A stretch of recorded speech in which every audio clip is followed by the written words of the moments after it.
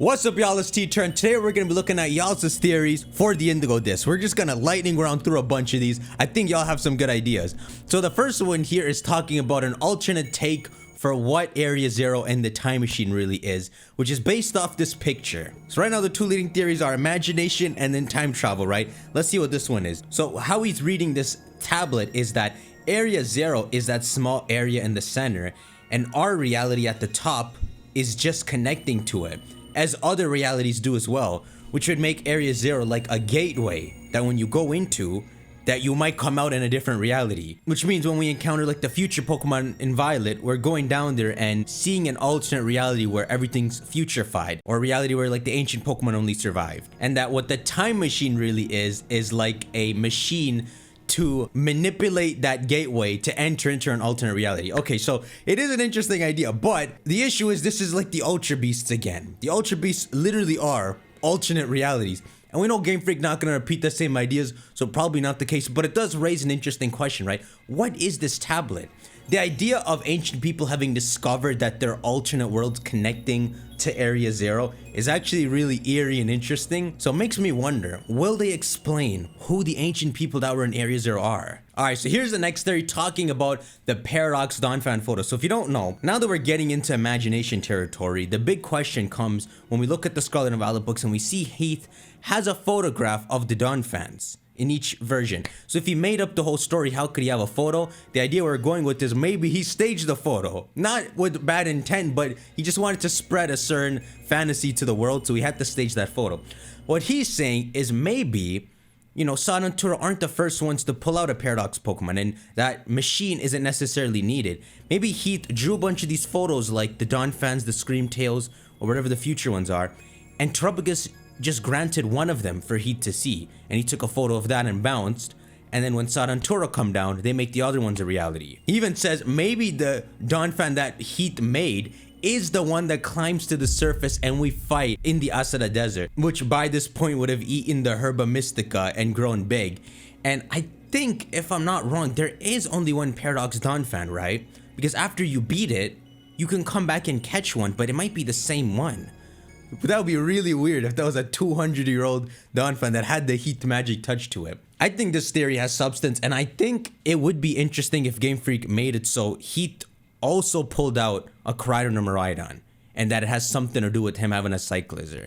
It seems like a good setup Game Freak did. I said this before, I'll say it again. I want the Pokemon we're riding to be Heath's Cyclizar, and Sad and Turo only think they pulled it out. If you read the book Sad and Turo made, they see the very first ancient or future Pokemon they pull out is that Kieran or Miraidon. It's a bit weird, right? Like the first thing they reeled in, imagination or time travel, is the big dog. You could say it works in the imagination sense because she sees the cover of the book, or he, and he just makes that a reality. But it almost seems like they didn't actually pull out the first Kieran or Miraidon, because it seems like after they pulled out a Pokemon, it took them a while before they pulled out another. So it's like Kieran and Miraidon were actually pulled out. They were just like sleeping somewhere, and they're Heath Cyclizar. Alright, next theory. This one's called Another Peachy's Coincidence. So is Peachy sus? This is the teaser Ku posted. Wants us to think that she's sus. So he's pretty much saying that after you're told the true story of Ogerpon and Kieran is eavesdropping, that when you're told to find him, the first place you find him is at Peachy's shop. You could have had him put anywhere, Game Freak. I mean, he could have just been sitting at a table. He could have been at a signpost, if you think about it. If he's that deep with Ogerpon, you'd think if he's pondering thoughts, he'd be like at a signpost. But they put him at Peachy's, which is just like, not that it has to mean anything, but it's like an Easter egg. And the second, specifically after you talk to Kieran while he's beside Peachy's, and you lie to him, is when his breakdown starts to happen and he starts to turn a bit evil. So he's saying maybe, I think Peachy's may have more involvement in Dokutaro than we thought. So it could be two things. Peachy's is there and the Dokutaro Peach is there. So it could be either of them. Maybe at that point, they've already latched onto Kieran as like a possible target to influence. This is really weird to talk about because it doesn't sound like something Game Freak would do, this whole freaking possessed crap, but I mean, Ku has teased it well. He also said, even after hearing our overblown expectations for Kieran, Ku said, based on the positive comments, I think the community would have hyped to the sky after you experience the second DLC storyline of Kieran. So it doesn't sound like we're in the wrong direction. Could it be possible we're playing the Indigo disc and they flash back to the moment we talked to him at Peachy's, and that's when it all started? Then after that, you run into him and he resurrects the loyal 3. Weird. I have a theory that Kieran will basically stalk the player, trying to find out as much as possible so he can get his beloved Ogerpon. Yeah, he's past that. I'm sure he's past that. Yeah, schoolgirl now. Going as far as to catch it in a Masterball even though it's already caught. Okay, I see what you're trying to say here. Especially so a couple teasers that line up with this. Who said, what will he snatch from you this time? Well, sounds like it could be Ogerpon. And then he also said, a Masterball. You won't look at it the same way, something along those lines. Now, the way the Masterball one sounds, it sounds like something very unexpected. So either it captures a human or something breaks out of it. Something like him catching a Pokemon already caught does work and would be development for the Masterball, but it doesn't hit as hard. I don't think it'd be that. And then also his Ogerpon, the thing is, if I understand Kieran's character right, he's past Ogerpon in the sense that he just wants revenge. So he just wants to go down a dark path and be evil. In a sense, he doesn't want Ogerpon anymore. He feels like betrayed by Ogerpon. He feels betrayed by us. And this lines up with another code teaser which says that the second DLC is all about rampage and revenge. But I do think it'd be weird if he's stalking the player, but not done in a funny way, but done in a scary way. Could you even imagine they program just like Pokemon following you? there's a Kieran following you very far away. Hey teacher, so about the zombies. So we already know that the pulling Kitakami allows us to see dead people. So what if the Peaches lady is a zombie of a person that died and has a remaining piece of Dokutaro? This is interesting. If there's 2 pieces to the puzzle. See, when I say you can see people at the crystal pool, it sounds like people related to you. People on your mind. If especially Tropius is an imagination Pokemon, maybe if a loved one passed away, maybe you could see them. But just seeing a random person like Peaches, maybe something like that can only happen if they also carry like a piece of Dokutaro. Then they can actually like walk around, and that would give a better meaning to zombies. But on another point, he says about the Masterball, maybe Dokutaro is a sort of mimic Masterball when it's curled up, like the Tapus, which is an interesting idea. We know that if we look at Ku's teasers that Dokutaro is that peach thing, and that apparently it can open up, which is why we had fun designs that it looks like a Tapu. But maybe you'll find like a Masterball somewhere in the Indigo disc, and when you talk to it, it's just freaking, wow, Dokutaro appeared. But would that really warrant him to tweet this? You won't look at a Masterball the same way. I can look at a Masterball the same way, he was just disguised as one. A couple of you have actually sent me this Masterball idea. Could it simply be a hint that Dokutaro will share a color scheme with the Masterball? Both the Masterball and Dokutaro seemingly can control anyone, right? Could try to relate Dokutaro to the Masterball. Okay, so Dokutaro looking like the Masterball, that would be a pure coincidence, right? Because it's not like someone took Masterball blueprints and enhanced Dokutaro, or it's like a whole man-made Pokemon. Especially if the Masterball is a recent invention, right? Silph-Co and all, they just made it. So I guess it would be a pure coincidence, but it just looks like a Masterball. I don't know, that'd be weird if Game Freak did that, like no one asked. Oh, wait a minute, during the main story, it's revealed the time machine works by sending Masterballs back in time or to the future, catching a Pokemon, then returning to the current time where they seemingly are released, since we can catch them in Area 0. Maybe his tweets are a hint that we'll actually learn why they use Masterballs, and how Tropius' power can aid in filling them with Pokemon. Okay, but they're using Masterballs as like the perfect fishing line. If we forget the imagination idea, they'd be sending a Masterball to the past. It would be a perfect kidnapping to bring them back. If it's an Ultra Ball, they'll just break out. At this point, when it comes to a farm Pokemon, it's not unbelievable, so it has like 100 Master Balls. So I don't think there's anything mysterious about why they have to use Master Balls. And then it also sounds so contrived. Here's a picture of him looking like a Master Ball. See, he doesn't exactly look like it. And even if he does turn out to, it's so contrived because there's actually no resemblance. Let's see when the Master Ball was made. Okay, so the Master Ball was made by Silph-Co. And then when their project was discontinued, Giovanni forced them to continue their blueprints and make Master Balls for Team Rocket. That's what it sounds like.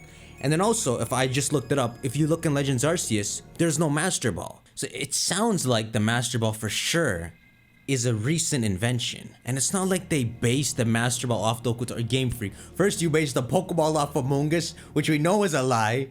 You ain't telling me.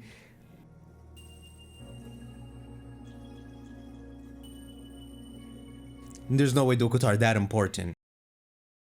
What if the reason we never see the Master Ball the same way is because someone tries to catch one of your Pokemon? So one, this ain't happening, right? Like the game has never taken away one of our own Pokemon. But 2, there is one Pokemon they can take away, which is our Kieran. But I think I talked about this in a previous video, right? So if Kieran were to steal anything from us, it would be our Kieran, so maybe he just catches that. But there's nothing like symbolic about him stealing our Kieran. What, he's gonna take it and fly off on it? Leave me stranded? Would him doing that really make us look at the Master Ball and say, I can't look steadily at this thing anymore? Something has to break out, or he has to catch a human. That's still in the lead. Here we go. Let's look at more Master Ball theories. Kieran's Master Ball. I just thought of something regarding the theory of Kieran capturing someone with the Master Ball. The first one is, what if Gita was the one who's gonna be captured? Oh, poor Gita. Always a target of my jokes. And then this. The reason for this is because we are having a theory as well of Gita being a Glimora before, and then being transformed into Gita by Tropius. The dream theory. I still want this to happen so bad. I don't trust Game Freak though. I've been replaying Pokemon Scarlet and I'm staring at Gita. She pops up, she's so stern. I saw it, she gives you Terra Blast. She wants to sit in and watch you battling Nemona.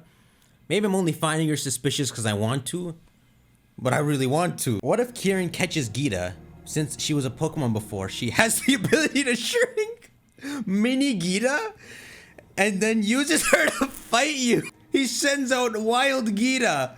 Gita just comes out the Pokeball? See, because I think if Kieran were to catch a human in a Pokeball, he would just use it to seal them and get them out of the way. You know, another way to read this is he sends out Gita to fight you, as in he sends out Gita and she still got 6 Pokemon. So like, maybe what he's trying to say is Kieran is using Master Balls mixed with Dokutaro's power, and that's how he's actually controlling people. So Kieran just catches 6 humans, and now they're under his control. So the humans, they're wandering around. They're not in the Master Ball, but they're tied to like Kieran, because it's like they belong to the Master Ball. Bro, this is so weird. There ain't no way Pokemon's doing this, but all of the cool riddles kind of make sense with that. Wait, the second theory is, what if the zombie NPCs were the ones captured by the Master Ball? Think of it like they're under the control of whoever captured them. That's why they're called zombie NPCs. Yeah, so this is exactly what we're saying. So it's like if Kieran finds an alternate function for the Master Ball, but not naturally. He'd have to like mix Dokutaro power somehow. But using that, he uses the Master Ball to control humans. And this would make us look at the Master Ball not in the same way. This sounds like a fan game. This would also fit tweets of Ku about side characters like Penny, Nemona, and Arvin. Who would you pick? Yeah, Ku tweeted, who would you save of these? As if Kieran would actually mind control some of them and you could only pull out one. So it's like you save Nemona, Arvin and Penny are captured by the Master Balls, and then they're wandering around the region as Kieran's allies, not stuck in the Master Ball. Maybe they even got like purple eyes to indicate they're not good. Also, I would think Kieran gets to capture Tropius first, or because of Kieran's thirst of revenge against you, Kieran gets to give off such a strong aura to Tropius, and Tropius will be granting all of those dreams. And one of those dreams is for him to control people, thus using the Master Balls. This is better. This is better. Alright, forget the Dokutaro, guys. So Kieran, because Tropius is neutral. He's not gonna be like, Kieran, you're evil. I ain't granting your dreams. He's just like, Tropius is in like Zen mode. Like, you could make this man do anything, it sounds like. So, Kieran goes to Tropius, and he's stolen a bunch of Master Balls from Blueberry, whatever. And because it's his dream to get revenge, Tropius kind of makes it so the Master Balls work differently for him, and he can start controlling people. Which is weird, it's fangamey, but Ku's been tweeting hints of it too. That sounds just as good as an option, especially when Ku says that Dokutaro isn't directly involved with the main story of the second DLC. So either Kieran is using Dokutaro power indirectly, or it's straight up him misusing Tropius's powers, is how he's controlling people. Anyway, y'all, make sure you shank that like button. We got more theories to go through. Y'all have been sending me a lot, so I'll see you on the next one. Take care.